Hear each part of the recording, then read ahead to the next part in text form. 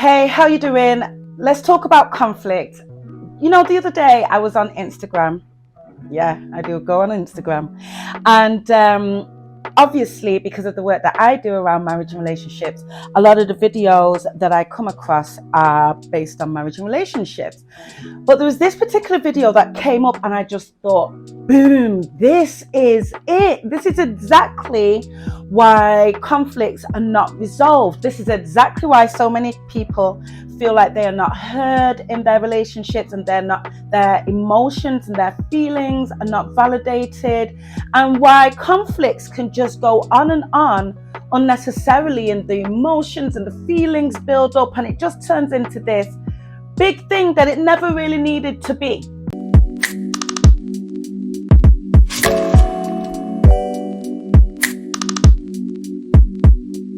This guy, who I have completely forgotten what his name is, don't even know what it's about. Literally, it was just a video. He gave an analogy that I just feel describes it so well. So he was like, it's almost like seeing your partner in a swimming pool and they are drowning. Like they are drowning, their hands and legs are kicking, they're panicking, they're desperate. And you come and you're giving them facts. You're like, oh, how come you're here? Like, didn't you read the signs that said this area was the deep end of the swimming pool? Didn't you check the timing when the lifeguards were going to be here? Because if you would have seen the timing, the lifeguard wasn't here at this time to help you in this sort of situation. Didn't you check out the extra help that they had or whatever? The partner is coming with absolute facts, real things, but they're ignoring the fact that while I'm giving all these facts, my partner is there drowning. And that is exactly what we do in conflict in our relationships. We will completely ignore that our partner is drowning in fear. So let's flip it round. Maybe husband has come back from work and he's particularly grumpy, and he starts to pick on little things that really shouldn't be annoying him, but they are. And rather than wifey taking a moment and speaking into the emotion, she starts to correct him. You've only just come back. I've been here all day. The kids needed such and such and such. You should have said it this way. If she took a moment and just said, hey, how are you feeling?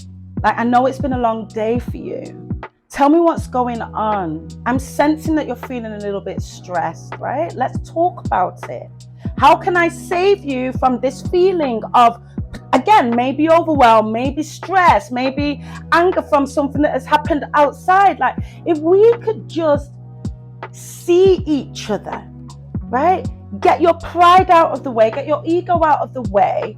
Understand that even in the midst of conflict, your partner doesn't want to be kicking and screaming, but usually there is something underneath.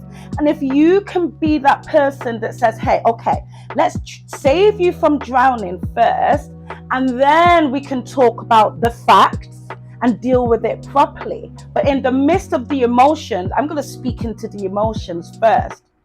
Right? And that is what is going to stop your conflicts going from 1 to 100 or lasting for days, because you're both not hearing each other. One of you feels like you can't see them. You're invalidating their emotions. You don't even care about how they feel. And the other person is like, listen, I'm telling you the truth. What is your problem? Right? I'm giving you the facts.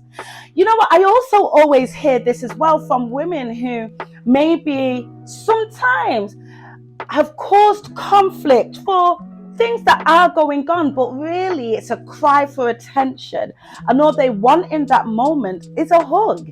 And you'll often hear it at the end. The husband's like, well, what do you want from me? And she's like, well, you could have just given me a hug all this time.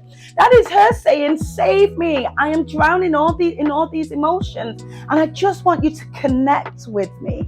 I just want to feel safe. I just want to feel covered and protected. I just want to feel loved on. And I've been trying to ask you for this for so long, and now I've gone down to the basement and I've chosen to do a bit of attention seeking by causing some drama. Now, is that the way forward to go on in marriage? Absolutely not. But in the midst of it, we can save ourselves from causing big dramas by leaning into those emotions, saving your partner from drowning in those emotions.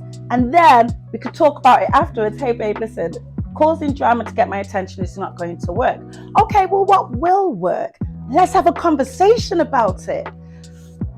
I just feel like that analogy for me, I think, is the best analogy I have heard for why couples struggle with resolving conflict. And honestly, I truly do believe that if you would take a moment when you can feel that discussion going in a certain way, really start to ask yourself, or you see your partner actually behaving a certain way in conflict, they're getting really irate, they're struggling to get their point across, they're getting really upset. Rather than responding to that, or should I say reacting, I would rather you respond to the emotion and see where they're drowning and struggling. Deal with that first, and then we can deal with facts. Listen, if this is something that you're struggling with, pop a question or two in the comments. Happy to help you. If you want to have a one-on-one conversation with me, you can book a free breakthrough call. That link is in the description. And go ahead and subscribe to this channel if you're enjoying the content. It's a Daisy Chuako, your marriage and relationship coach, and I'll see you in the next video.